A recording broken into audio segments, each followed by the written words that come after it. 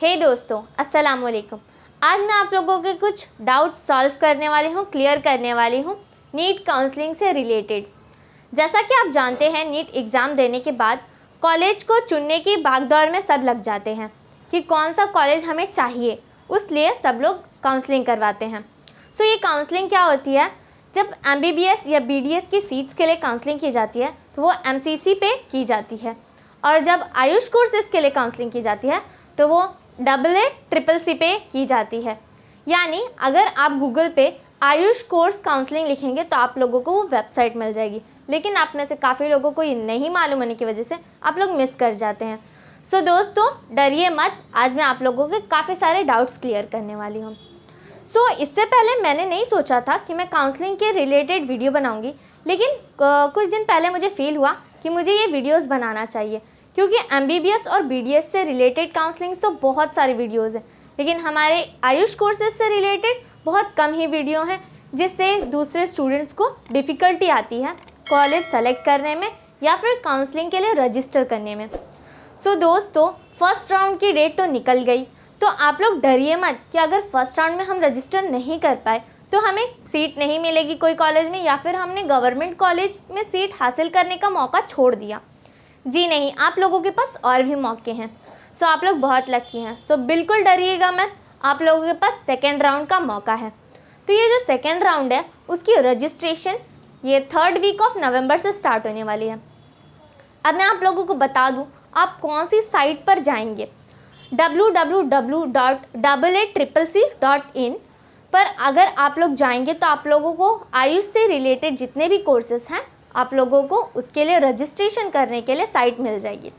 ये मेरे स्क्रीन पे आप लोग जैसे कि देख सकते हैं, यहाँ पर काफ़ी कुछ लिखा हुआ है, आप चाहे तो पढ़ ले और नहीं पढ़ना तो भी कोई बात नहीं। इस काउंसलिंग में काफ़ी सारे कॉलेजेस पार्टिसिपेट करते हैं, जैसे कि government colleges, government aided colleges, private colleges, central colleges and deemed colleges, और इनके सबकी फ़ीस स्ट्रक्चर भी अलग अलग होती है। लेकिन अगर आप अपने मार्क्स के बेसिस पे देखें और आप नीट में क्वालिफाइड हैं, काउंसलिंग के लिए एलिजिबल हैं, तो आप लोग चाहेंगे कि आप लोगों को गवर्नमेंट कॉलेज में ही सीट मिले। इसमें आप लोगों को देखिए, आप लोगों को न्यूज़ भी आती है, ऊपर रेड लाइन में दी हुई है, उसके ऊपर आप लोगों को शेड्यूल दिया हुआ है काउंसलिंग का, किस तरह से किया जाता है, और काफ़ी सारी चीज़ें आप लोगों को बताई हुई है। दोस्तों, इसमें रजिस्ट्रेशन का भी दिया हुआ है, हाउ टू रजिस्टर। मतलब रजिस्ट्रेशन अगर अभी तो स्टार्ट नहीं है, लेकिन 3rd वीक ऑफ नवंबर में रजिस्ट्रेशन स्टार्ट होगा, तो इस पर न्यू लिख करके आपको समझ में आ जाएगा कि इस पर क्लिक करेंगे तो रजिस्ट्रेशन शुरू हो जाएगा।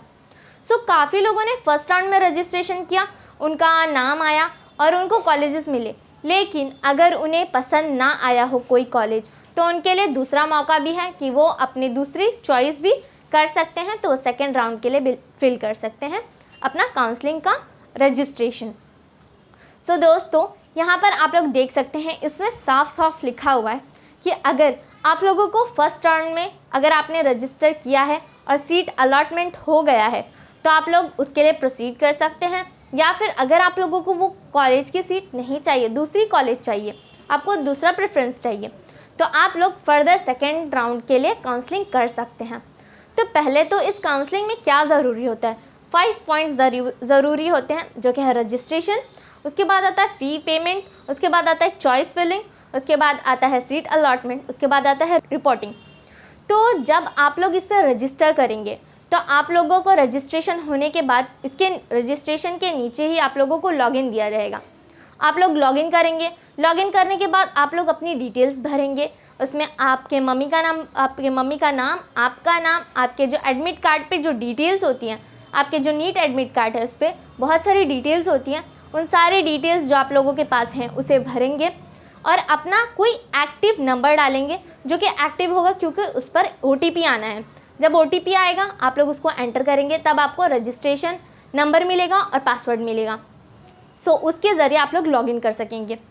अगर आपने फर्स्ट राउंड में कर लिया है तो आप सेकेंड राउंड में इजीली जा सकते हैं, और अगर आप लोग फर्स्ट राउंड मिस कर चुके हैं तो सेकेंड राउंड में आप लोग न्यू रजिस्ट्रेशन कर सकते हैं, जो कि 3rd वीक ऑफ नवंबर से स्टार्ट होने वाला है।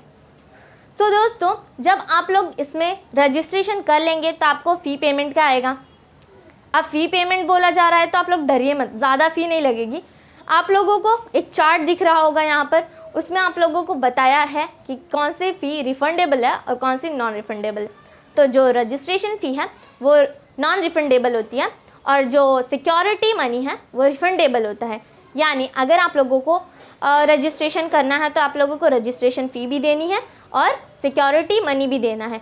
अगर आप लोगों को कोई कॉलेज में एडमिशन हो गया, समझिए आप लोगों को कोई कॉलेज की सीट मिल गई, तो आप उस कॉलेज को सेलेक्ट कर सकते हैं और जो आपने सिक्योरिटी मनी दिया था वो उस कॉलेज को आपकी फ़ीस के तौर पर चला जाएगा, यानी एडवांस समझ लीजिए आपकी फ़ीस का एडवांस चला जाएगा। तो यहाँ पर इस चार्ट में देखिए आप लोगों को जो रजिस्ट्रेशन फ़ी दिया हुआ है ऑल कैटेगरीज़ के लिए, प्राइवेट कॉलेजेस के लिए 5000 और जो गवर्नमेंट या गवर्नमेंट एडेड कॉलेजेस के लिए वो SC ST के लिए 500 और OBC और जनरल के लिए 1000 है। और सिक्योरिटी फ़ी मैं बता दूँ आप लोगों को, गवर्नमेंट कॉलेज और गवर्नमेंट एडेड कॉलेज के लिए 10,000 है और अगर प्राइवेट या डीम्ड कॉलेज में जाना है तो 50,000 है। तो अब आप लोग 50,000 या 10,000 देख के डरिए मत, अगर आप लोगों का एडमिशन नहीं हुआ तो वो आपके अकाउंट में वापस आ जाएंगे। सो ये जो फ़ी पेमेंट है वो आप लोगों को ऑनलाइन पेमेंट करनी है, यानी डेबिट कार्ड हो या फिर क्रेडिट कार्ड हो या फिर आप लोगों के पास कोई और ऑनलाइन पेमेंट का ज़रिया हो तो आप उसे पे कर सकते हैं। जब आप लोग ये फ़ी पे कर लेंगे तो आप लोगों को कॉलेज की चॉइस फिलिंग का कॉलम आएगा। तो आप लोगों को पहले से ही उस वेबसाइट पर दिया होगा कि कौन से कॉलेज का नंबर कौन सा है, आप उसमें सेलेक्ट कर सकते हैं कि आपको कौन सा कॉलेज चाहिए। तो इसमें BHMS colleges, BAMS colleges, BUMS colleges और BSMS कॉलेजेस, सारे कॉलेजेस आते हैं। सो आप लोग उस कॉलेज को देख के जो आपको चाहिए वो कॉलेज फर्स्ट पे भर दें और वो आप लोगों का चॉइस फिलिंग हो जाएगा। अब वो डिपेंड करता है कि आपके मार्क्स उनके कट ऑफ के हिसाब से हैं या नहीं। अगर आपके मार्क्स उनके कट ऑफ को पार कर रहे हैं तो आपका एडमिशन हो जाएगा, आपको सीट अलॉटमेंट हो जाएगी, जो कि मैंने चौथे नंबर पे बोला, सीट अलॉटमेंट। जब आपकी सीट अलॉटमेंट हो जाएगी तो आपको जो लास्ट वीक ऑफ नवंबर है उसमें जा करके आप लोगों को उस कॉलेज में रिपोर्ट करना है, जिस भी कॉलेज में आपको एडमिशन मिल गया है या फिर आपकी सीट अलॉट हो गई। सो ये था रजिस्ट्रेशन किस तरह करना है, काउंसलिंग किस तरह करवानी है। सो अगर आपके मन में ये डाउट हो कि हमने फर्स्ट राउंड में नहीं किया तो कहीं हम सेकेंड राउंड में भी ना कर पा रहे हो, तो ऐसा कुछ नहीं है। अगर आप लोगों का फर्स्ट राउंड मिस हो गया तो आप लोग सेकेंड राउंड में जा सकते हैं और इसमें कोई ऐसे डॉक्यूमेंट्स नहीं लगते इस रजिस्ट्रेशन में जो आपको बनवाने पड़े। वो बाद में जब आपका एडमिशन हो जाएगा तो आप लोगों को काफ़ी सारे डॉक्यूमेंट्स लगेंगे, डॉक्यूमेंट वेरिफिकेशन के लिए काफ़ी सारे डॉक्यूमेंट्स लगेंगे जो आपको मैंने जैसे बताया आयुष काउंसलिंग में अगर आप गूगल पे टाइप करेंगे आयुष काउंसलिंग तो आप लोगों को नीचे बहुत सारी डिटेल्स आ जाएगी। तो उसमें आप लोगों को जब कॉलेज में रिपोर्ट करना होगा तो कौन कौन सी डॉक्यूमेंट्स चाहिए वो वहाँ पर लिखे हुए हैं। अगर आपको चाहिए कि मैं इस पर भी कोई वीडियो बनाऊँ तो आप नीचे कमेंट कर सकते हैं, मैं आप लोगों के लिए उस पर भी एक वीडियो बना दूँगी। सो ये मैंने कह दिया आप लोगों को सेकेंड राउंड का। सेकेंड राउंड हो गया, सेकेंड राउंड की डेटिंग भी उसी साइट पर आप लोगों को मिल जाएगी। अगर आप लोगों को कुछ डाउट हो या फिर मेरे स्लाइड पे देख लीजिए, मैंने आप लोगों को सारी पिक्चर्स दिखाई हुई है तो आप लोग इसमें से देख सकते हैं और स्क्रीनशॉट भी ले सकते हैं। सो अगर आप लोगों को सेकेंड राउंड में भी नहीं मिला तो आप डरिए मत, आप लोगों के पास एक और चांस है जिसे हम मॉप अप राउंड कहते हैं। मॉप अप राउंड जो होता है वो गवर्नमेंट कॉलेजेस के लिए नहीं होता, लेकिन जो प्राइवेट और दूसरे कॉलेजेस उनके लिए होता है। तो उसमें क्या होता है कि आपको न्यूली रजिस्ट्रेशन कराना पड़ता है और आप लोग नया रजिस्ट्रेशन कराएंगे। उसके बाद इस राउंड में आप लोगों को ऑनलाइन नहीं, आप लोगों को उस कॉलेज पर जाना पड़ता है, उनके कुछ फॉर्म्स फिल करने पड़ते हैं। और जो कॉलेज जैसे कि आप सोच रहे होंगे आपको जब फर्स्ट राउंड में नहीं मिला, सेकेंड राउंड में नहीं मिला तो मॉप अप राउंड में कैसे मिल जाएगा, लेकिन नहीं, जब फर्स्ट और सेकेंड राउंड में कुछ स्टूडेंट्स साइड में एक ऑप्शन रखते हैं, जैसे कि उन्हें BAMS चाहिए तो BHMS और BUMS का भी फॉर्म फिल कर देते हैं। लेकिन अगर उनको BAMS में मिल जाता है या फिर जो उनको नहीं चाहिए होता है उसमें मिल जाता है तो वो सीट छोड़ देते हैं और वो सीट वेकेंट रह जाती है। तो इस मॉप अप राउंड के ज़रिए आपको वो सीट मिल सकती है। तो मॉप अप राउंड बिल्कुल ना छोड़ें, भले आप लोगों को थोड़ी मेहनत करनी पड़ेगी लेकिन आप लोग बिल्कुल कीजिए। अपने गोल्स को अचीव करने के लिए इतनी मेहनत कुछ भी नहीं है, आप लोगों को आगे भी बहुत कुछ करना है। आई होप आप लोगों के कुछ डाउट्स क्लियर हो गए होंगे और अगर अभी भी कोई डाउट है काउंसलिंग से रिलेटेड तो आप लोग मुझे कमेंट कर दीजिए और अगर कोई और वीडियो चाहिए इस काउंसलिंग से रिलेटेड तो ज़रूर कमेंट कीजिएगा। मैं आप लोगों को वो वीडियो, वो इन्फॉर्मेशन प्रोवाइड करने की ज़रूर कोशिश करूँगी। मेरा वीडियो अगर आप लोगों को पसंद आया हो और इन्फॉर्मेटिव लगा हो और आप लोगों को समझ में आया हो, आपका डाउट क्लियर हुआ हो, लाइक शेयर सब्सक्राइब ज़रूर कीजिएगा। और आपके जैसे और भी स्टूडेंट्स जिनको इस बारे में नहीं मालूम है, वो इस बात से अनजान है, तो प्लीज़ उनको भी शेयर करें ताकि उनकी भी प्रॉब्लम सॉल्व हो। Thanks for watching my video.